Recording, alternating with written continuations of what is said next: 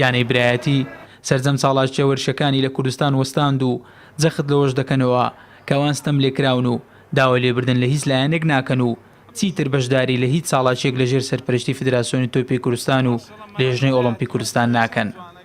ئێوارەی ڕۆژی شەممە یانەی برایەتی لە پرێس کۆنفرانسێکدا ڕاگەیەندراوێکیان بڵاو کردەوە و بە کۆی دەنگی ئەندامانی دەستەی کارگەڕیانەکە سەرجەم چاڵاکەی وەرشەکانیان لە کوردستان هەڵپەسارد.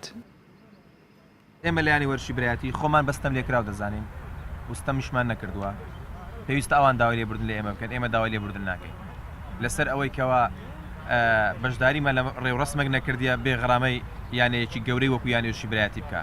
وتەبێژی یانەی برایەتی هۆکاری ئەوەی کە بەشداری لە وەرزێکی نوێی خولیانە نایبەکانی کوردستان ناکەن بۆ ئەوە گەڕاندەوە کە بڕیارەکانی فیدراسیۆنی تۆپی کوردستان تاکە کەسین ئاماژەی بۆش کرد کە لە ئێستادا تەنها بیر لە چاڵاکیەکانی عێراق دەکەنەوە.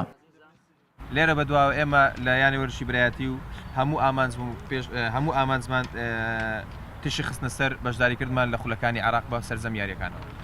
بەڕێز سەفینکانەبی کەوا لە کەناڵ 24 لیقایەکی کردووە دەڕێ یانی وەرشی برایەتی. بەیاننامەکەی یانەی برایەتی دوای ئەوە هات کە سەرۆکی فیدراسیۆنی تۆپی کوردستان لە کۆبنەوەی ڕۆژی سێزدەی ئەم مانگە جارێکی تر دووپاتی کردەوە پێویستە لەسەر یانەی برایەتی بە فەرمی داوای لێبردن لە فیدراسیۆنی تۆپی کوردستان بکەن بەهۆی ئامادە نەبوونیان لە مەراسیمی خەڵاتدا بەشکردنی خاوەن پلەی یەکەم و دووەمی وەرزی ڕابردی خولیانە نایبەکانی کوردستان.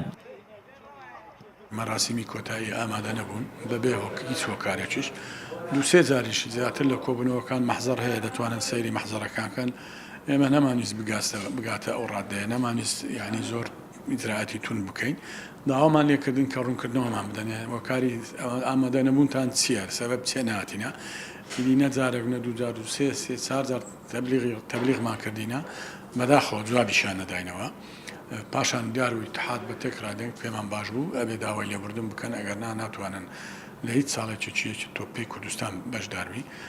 ئەم بڕیارە یانی برایەتی لە کاتێکدایە کە بڕیارە ڕۆژی دووشەمە یەکەم گەڕی وەرزینەی خولیانە نایبەکانی کوردستان دەست پێ بکات.